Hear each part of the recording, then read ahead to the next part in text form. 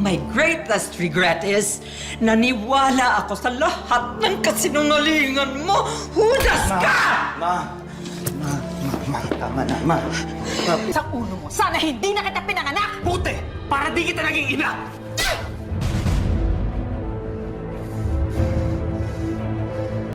Tutal, sa palengke ka naman pinanganak!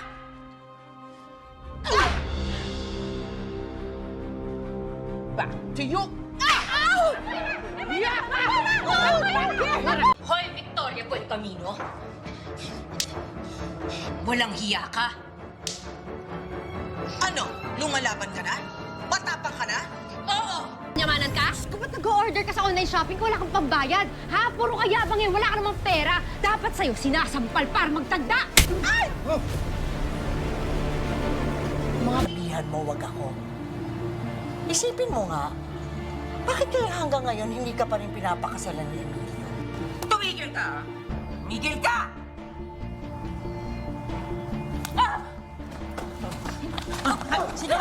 Hindi mo man lang ba inisip na baka ikaw yung may nagagawa? Na baka ikaw yung mali kaya ka iniwan ni Xavier?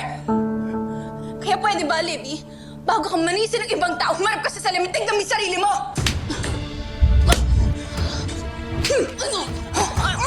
Ganyan naman kayo na eh! Puro sarili niyo lang yung pinapakinggan ninyo! Hindi kayo nakikinig sa mga paliwanag namin! Hindi kayo marunong umintindi! Kaya niya kayo pinagpalit, kaya siya sumama sa iba!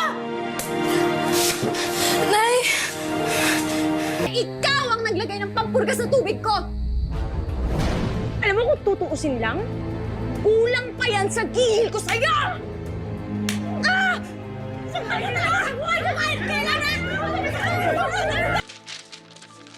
Hindi totoo to.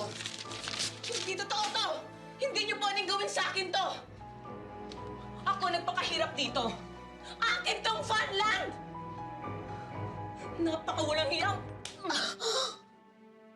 Simula ngayon, hindi mo na kami masasaktan ng pamilya ko. Sarili niyo sa salamin, ha? Napangit kayong lahat? Pangit pala kami ha, papapangitin ka rin namin!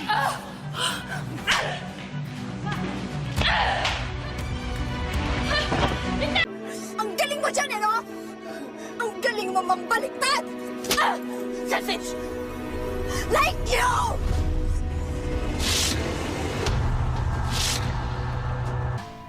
Siya ang gusto kong maging nanay. Hindi ikaw na pera lang inauna bago ang kanyang anak! Ay, hoy! Kabastos ka! Ikaw mismo yung umuubos ng sarili mong dignidad dahil hindi ka makatayo nang wala siya!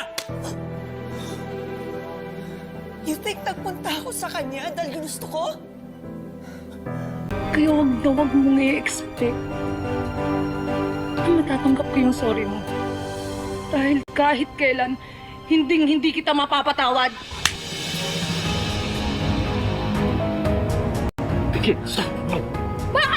Hindi mangyayari yan. Huwag ka mag-alala. Aalagaan ko ng mabuti ang asawa mo.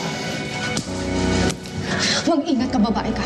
Dahil sa susunod na sampalin mo ako, mapapatay kita! Huwag mo ko susunod.